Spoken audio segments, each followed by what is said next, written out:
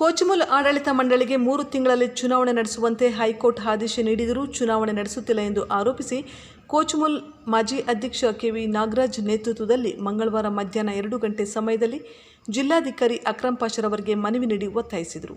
ನಗರದ ಹೊರವಲಯದ ಜಿಲ್ಲಾಧಿಕಾರಿ ಕಚೇರಿಗೆ ಚಿಕ್ಕಬಳ್ಳಾಪುರ ಜಿಲ್ಲೆಯ ವಿವಿಧ ಹಾಲು ಉತ್ಪಾದಕರ ಸಹಕಾರ ಸಂಘಗಳ ಅಧ್ಯಕ್ಷರು ಆಗಮಿಸಿ ಕೋಚಮುಲ್ ಆಡಳಿತ ಮಂಡಳಿಗೆ ಕೂಡಲೇ ಚುನಾವಣೆ ನಡೆಸುವಂತೆ ಆದೇಶವನ್ನು ನೀಡುವಂತೆ ಆಗ್ರಹಿಸಿದರು. ಈ ಸಂದರ್ಭದಲ್ಲಿ ಕೋಚಮುಲ್ ಮಾಜಿ ಅಧ್ಯಕ್ಷ ಕೆವಿ ನಾಗರಾಜ್ ಮಾತನಾಡಿ, ಕೋಚಮುಲ್ ಆಡಳಿತ ಮಂಡಳಿಯ ಅಧಿಕಾರಾವಧಿಯು ಕಳೆದ ಮೇ 12ಕ್ಕೆ ಮುಕ್ತಾಯವಾಗಿದೆ. ಆದರೂ ಆಡಳಿತ ಮಂಡಳಿಯು ಕಾಂಗ್ರೆಸ್ ಸರ್ಕಾರದ ಕೃಪಾಪೋಷಿತ ನಾಟಕ ಮಂಡಳಿ ರೀತಿಯಲ್ಲಿ ವರ್ತಿಸುತ್ತಿದೆ. ಆಡಳಿತ ಮಂಡಳಿಯಲ್ಲಿ ಯಾವುದೇ ಪ್ರಮುಖ ತೀರ್ಮಾನಗಳನ್ನು ಕೈಗೊಳ್ಳಲು ಅವಕಾಶವಿಲ್ಲ. ಈ ಬಗ್ಗೆ ಸರ್ಕಾರವು ಸ್ಪಷ್ಟ ಆದೇಶವನ್ನು ಹೊರಡಿಸಿದೆ. ಆದರೂ ವಿಶೇಷ ಸಾಮಾನ್ಯ ಸಭೆ ಸೇರಿದಂತೆ ಹಣಕಾಸಿನ ವ್ಯವಹಾರಗಳನ್ನು ನಡೆಸಿದ್ದಾರೆ ಎಂದು ಆರೋಪಿಸಿದರು.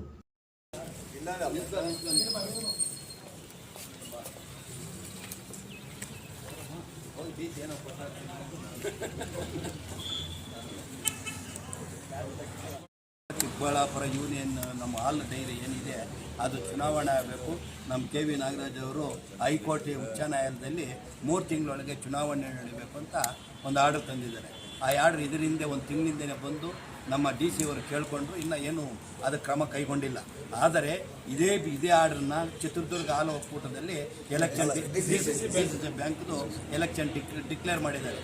ಆ ಕಾಪಿ ಜೊತೆಗೆ ಇವತ್ತು ಎಲ್ಲ ನಮ್ಮ ಡೈರೆಕ್ಟರ್ಗಳು ಎಲ್ಲ ಪ್ರೆಸಿಡೆಂಟ್ಗಳು ಬಂದಿರೋದು, ಎಲ್ಲ ಹಾಲು ಉತ್ಪಾದಕರ ಸಂಘಗಳ ಅಧ್ಯಕ್ಷಗಳು ಬಂದು ಮನವಿ ಇವತ್ತು ಕೊಟ್ಟಿದ್ದೀವಿ. ಅದಕ್ಕೆ ಎಲ್ಲ ಕೊಟ್ಟು ನಾವು ಹೇಳ್ತಾ ಇದ್ದೀವಿ, ಅರ್ಜೆಂಟ್ ಮಾಡಲೇಬೇಕು.